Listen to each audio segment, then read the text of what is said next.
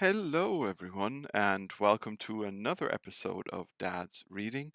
Um, we continue with chapter 15 of The Wonderful Wizard of Oz, titled The Discovery of Oz, the Terrible.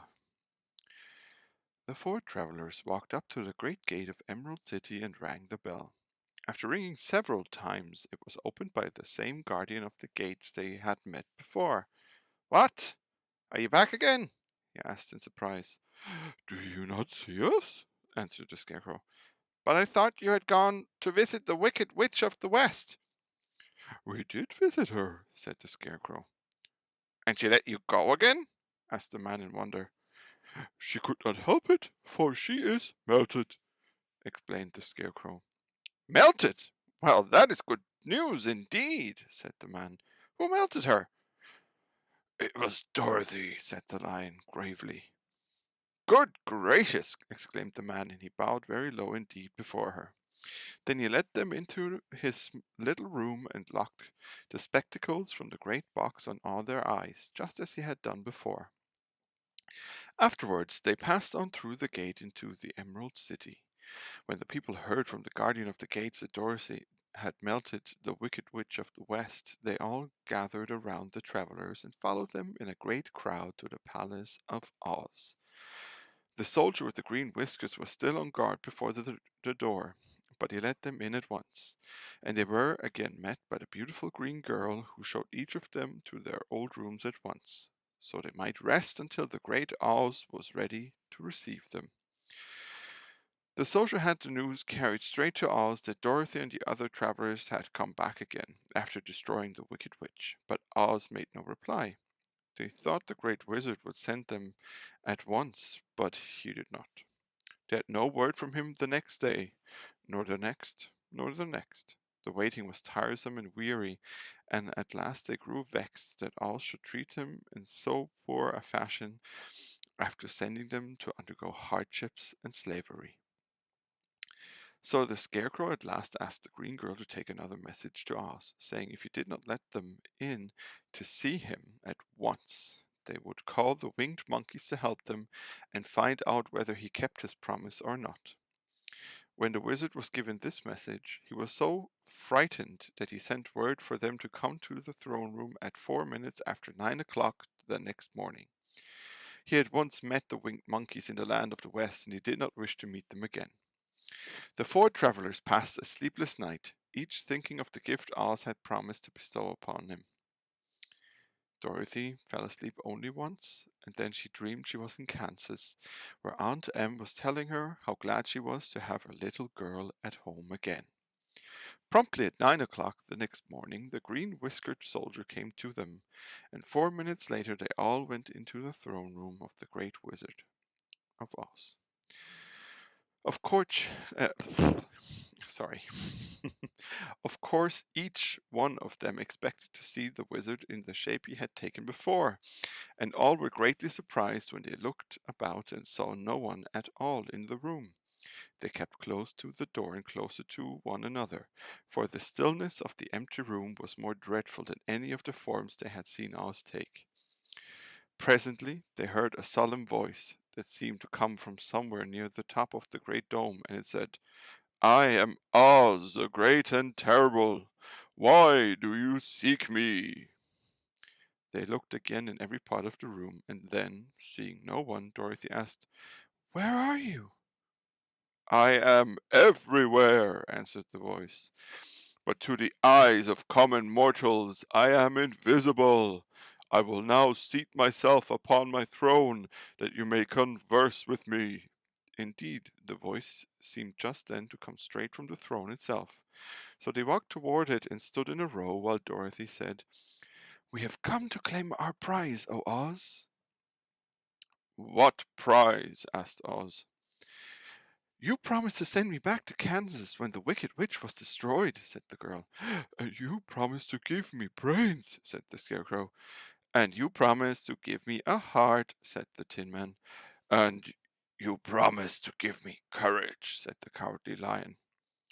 Is the Wicked Witch really destroyed? Asked the voice, and Dorothy thought it trembled a little bit. Yes, she answered. I melted her with a bucket of water." "Dear me, how sudden! Well, come to me tomorrow, for I must have time to think it over." "You have had plenty of time already," said the Tin Man angrily. "You shan't wait a day longer," said the Scarecrow. "You must keep your promise to us," exclaimed Dorothy. The Lion thought it would be best as well to frighten the Wizard, who gave a loud roar, which was so fierce and dreadful that Toto jumped away from him in alarm and tipped over the screen that stood in a corner. As it fell with a crash, they looked that way, and the next moment all of them were filled with wonder, for they saw, standing in just the spot the screen had hidden, a little old man with a bald head and a wrinkled face, who seemed to be as much surprised as they were. The Tin Woodman, raising his axe, rushed towards the little man and cried out, "Who are you?" "I am Oz, the Great and Terrible," said the little man in a trembling voice. "But don't strike me, please don't, and I'll do anything you want to me. Anything you want me to."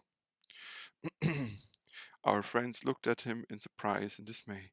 "I thought Oz was a great head," said Dorothy. "And I thought Oz was a lovely lady," said the Scarecrow. "And I thought Oz was a terrible beast," said the Tin Woodman.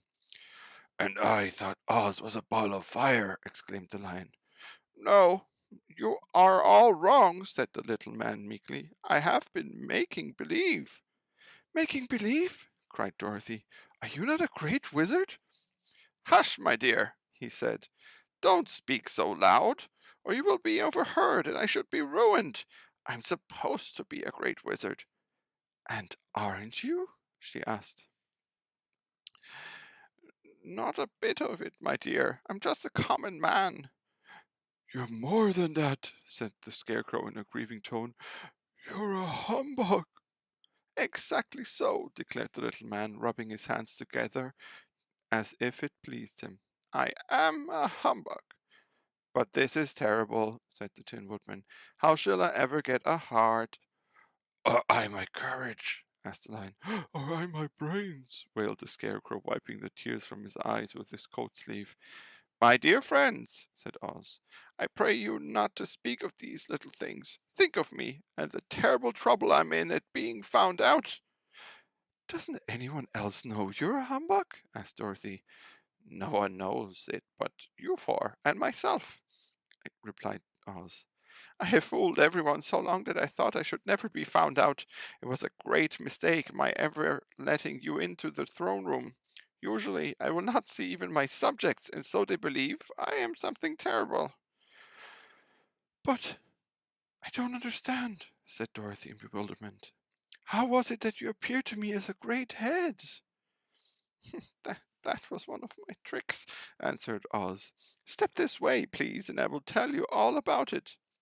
He led the way to a small chamber in the rear of the throne room, and they all followed him. He pointed to one corner in which lay the great head, made out of many thicknesses of paper and with a carefully painted face. "This I hung from the ceiling by a wire," said Oz.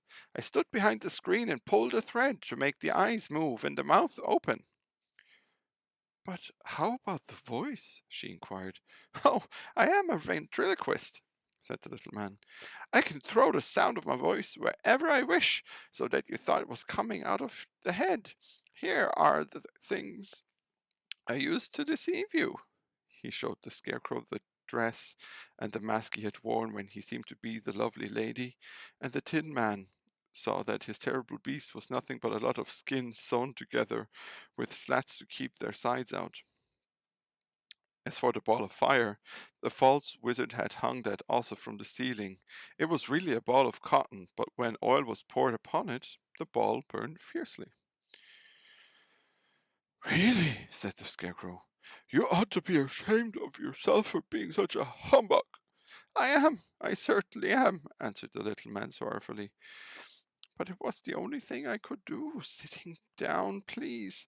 There are plenty of chairs, and I will tell you my story." So they sat down and listened while he told the following tale. "I was born in Omaha."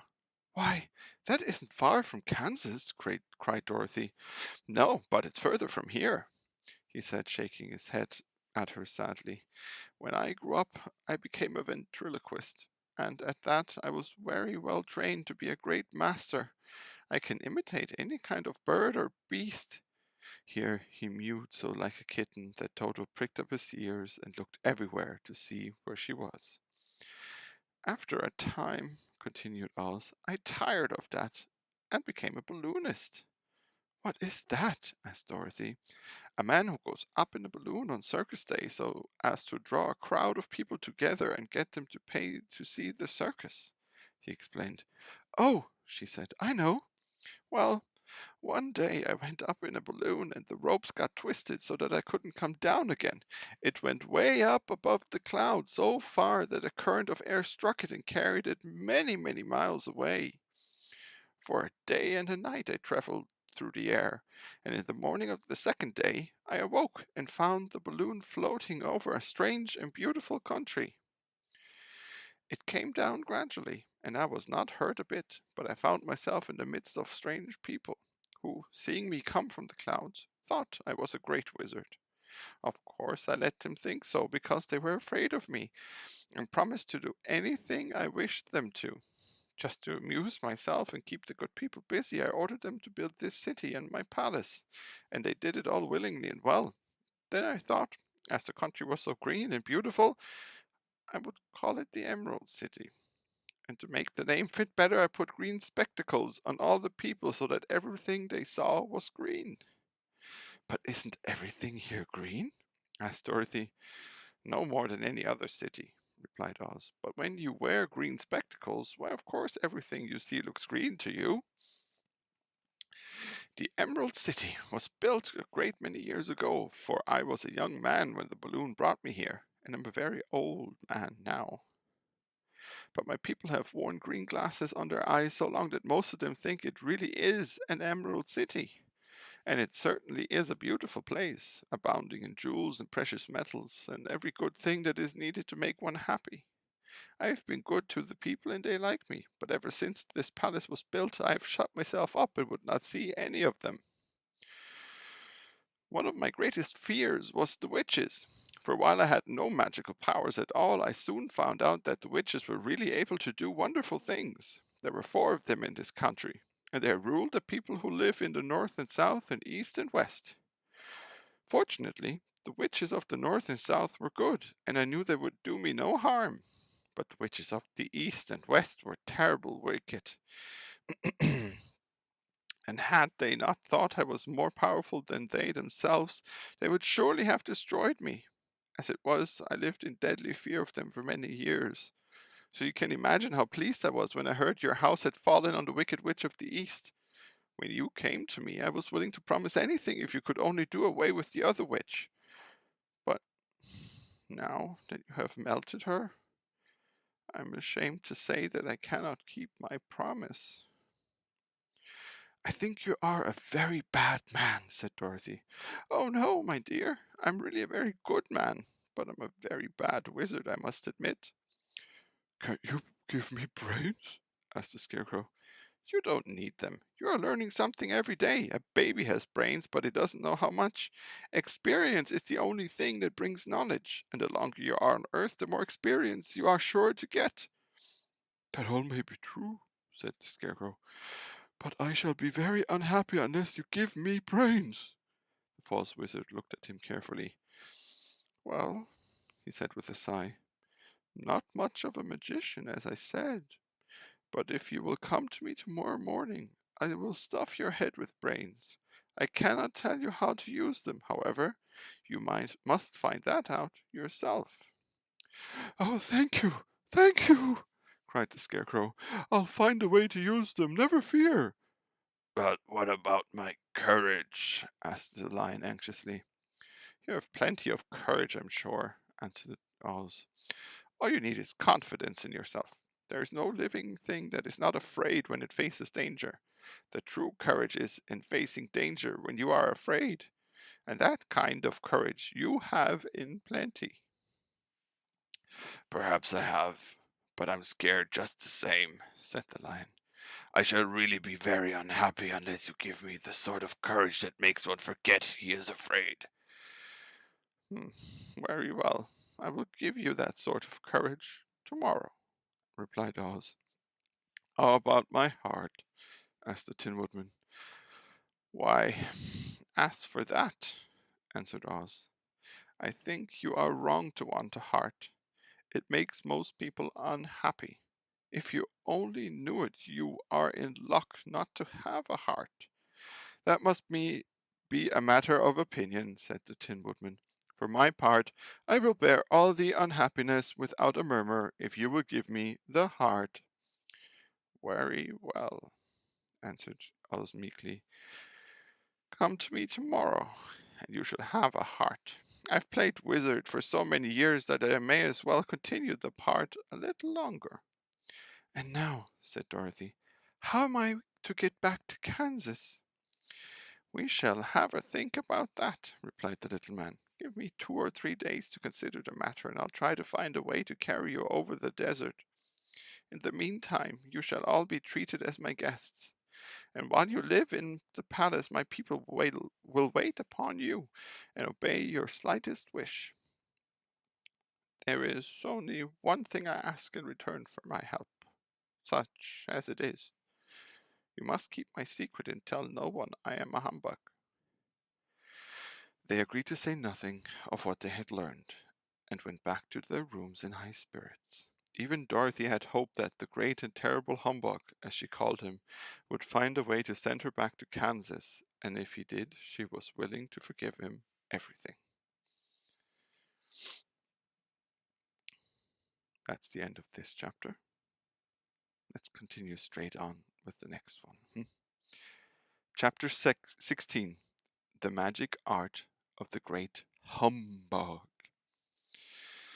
Next morning, the Scarecrow said to his friends, Congratulate me! I'm going to Oz to get my brains at last. When I return, I shall be as other men are. I've always liked you as you were, said Dorothy simply. It is kind of you to like a Scarecrow, he replied, but surely you will think of more of me when you hear the splendid thoughts my new brain is going to turn out. Then he said goodbye to them all in a cheerful voice and went to the throne room, where he rapped upon the door. Come in, said Oz. The Scarecrow went in and found the little man sitting down by the window, engaged in deep thought. I've come for my brains, remarked the Scarecrow, a little uneasy. Oh, yes, sit down in that chair, please, he replied. You must excuse me for taking your head off, but I shall have to do it in order to put your brains in their proper place. That's all right, said the Scarecrow. You are quite welcome to take my head off as long as it will be a better one when you put it on again. So the wizard unfastened his head and emptied out the straw. Then he entered the back room and took up a measure of bran, which he mixed with a great many pins and needles. Having shaken them together thoroughly, he filled the top of the Scarecrow's head with the mixture, and stuffed the rest of the space with straw to hold it in place. When he had fastened the Scarecrow's head on his body again, he said to him, Hereafter you will be a great man, for I have given you a lot of brand new brains. The Scarecrow was both pleased and proud at the fulfillment of his greatest wish, and having thanked Oz warmly, he went back to his friends. Dorothy looked at him curiously. His head was quite bulged out at the top with brains. How do you feel? She asked. I feel wise indeed, he answered earnestly. When I get used to my brains, I shall know everything. Why are those needles and pins sticking out of your head? Asked the Tin Woodman. That is proof that he is. Sorry. That is proof that he is sharp, remarked the Lion. Well, I must go to Oz and get my heart, said the Woodman. So he walked to the throne room and knocked at the door. Come in, called Oz, and the Woodman entered and said, I have come for my heart. Very well, answered the little man, but I shall have to cut a hole in your breast so I can put your heart in the right place. I hope it won't hurt you." "Oh no," answered the woodman, "I shall not feel it at all." So Oz brought a pair of tinsmith shears and cut a small square hole in the left side of the Tin Woodman's breast. Then, going to a chest of drawers, he took out a pretty heart made entirely of silk and stuffed with sawdust. "Isn't he a beauty?" he asked. "It is indeed," replied the woodman, and was greatly pleased. "But is it a kind heart?" "Oh, very," answered Oz. He put the heart in the woodman's breast and then replaced the square of tin, soldering it neatly together where it had been cut. "There," said he. "Now you have a heart that any man might be proud of. I'm sorry I had to put a patch on your breast, but it really couldn't be helped." "Never mind the patch," explained the happy woodman. "I am very grateful to you and shall never forget your kindness." "Don't speak of it," replied Oz. Then the Tin Woodman went back to his friends, who wished him every joy on account of his great fortune. The Lion now walked to the throne room and knocked at the door. "Come in." "I have come for my courage," announced the Lion, entering the room. "Very well," answered the little man. "I will get it for you." He went to a cupboard and reaching up to a high shelf took down a square green bottle, the contents of which he poured into a green gold dish, beautifully carved. Placing this before the Cowardly Lion, who sniffed at it as if he did not like it, the wizard said, "Drink." "What is it?" asked the Lion. "Well," answered Oz, "if it were inside of you, it would be courage. You know, of course, that courage is always inside one, so that this really cannot be called courage until you have swallowed it. Therefore, I advise you to drink it as soon as possible." The Lion hesitated no longer, but drank till the dish was empty. "How do you feel now?" asked Oz. "Full of courage," replied the Lion, who went joyfully back to his friends to tell them of his good fortune. Oz, left to himself, smiled to think of his success in giving the Scarecrow and the Tin Man and the Lion exactly what they thought they wanted. "How can I help being a humbug?" he said, "when all these people make me do things that everybody knows can't be done?" It was easy to make the Scarecrow and the Lion and the Woodman happy, because they imagined I could do anything. But it will take more than imagination to carry Dorothy back to Kansas, and I'm sure I don't know how it can be done. Another short chapter, chapter 16. So let's hurry on over into chapter 17, How the Balloon was Launched. For 3 days Dorothy heard nothing from Oz. These were sad days for the little girl, although her friends were all quite happy and contented. The Scarecrow told him there were wonderful thoughts in his head, but he would not say what they were because he knew no one could understand them but himself. When the Tin Woodman walked about, he felt his heart rattling around in his breast, and he told Dorothy he had discovered it to be a kinder and more tender heart than the one he had owned when he was made of flesh. The Lion declared he was afraid of nothing on earth and would gladly face an army or a dozen of the fierce Kalidas. Thus each of the little party was satisfied except Dorothy, who longed more than ever to get back to Kansas. On the 4th day, to her great joy, Oz sent for her, and when she entered the throne room he greeted her pleasantly. "Sit down, my dear. I think I have found a way to get you out of this country." "And back to Kansas?" she asked eagerly. "Well, I'm not sure about Kansas," said Oz, "for I haven't the faintest notion which way it lies. But the first thing to do is to cross the desert, and then it should be easy to find your way home." "How can I cross the desert?" she inquired. "Well, I'll tell you what I think," said the little man. "You see, when I came to this country it was in a balloon. You also came through the air, being carried by a cyclone. So I believe the best way to get across the desert will be through the air. Now, it is quite beyond my powers to make a cyclone, but I've been thinking the matter over, and I believe I can make a balloon." "How?" asked Dorothy. "A balloon," said Oz, "is made of silk, which is coated with glue to keep the gas in it. I have plenty of silk in the palace, so it will be no trouble to make the balloon. But in all this country there is no gas to fill the balloon to make it float." "If it won't float," remarked Dorothy, "it will be of no use to us." "True," answered the Great Wizard of Oz. "But there is another way to make it float, which is to fill it with hot air. Hot air isn't as good as gas, for if the air should get cold, the balloon would come down in a desert and we should be lost." "We?" exclaimed the girl. "Are you going with me?" "Oh, yes, of course," replied Oz. "I'm tired of being such a humbug. If I should go out of this palace, my people would soon discover I'm not a wizard, and then they would be vexed with me for having deceived them. So I have to stay shut up in these rooms all day, and it gets tiresome. I'd much rather go back to Kansas with you and be in a circus again." "I shall be glad to have your company," said Dorothy. "Thank you," he answered. "Now, if you will help me sew the silk together, we will begin to work on our balloon." So Dorothy took a needle and thread, and as fast as Oz cut the strips of silk into proper shape, the girl sewed them neatly together. First, there was a strip of light green silk, then a strip of dark green, and then a strip of emerald green, for Oz had a fancy to make the balloon in different shades of the color about them. It took 3 days to sew all the strips together, but when it was finished, they had a big bag of green silk more than 20 feet long.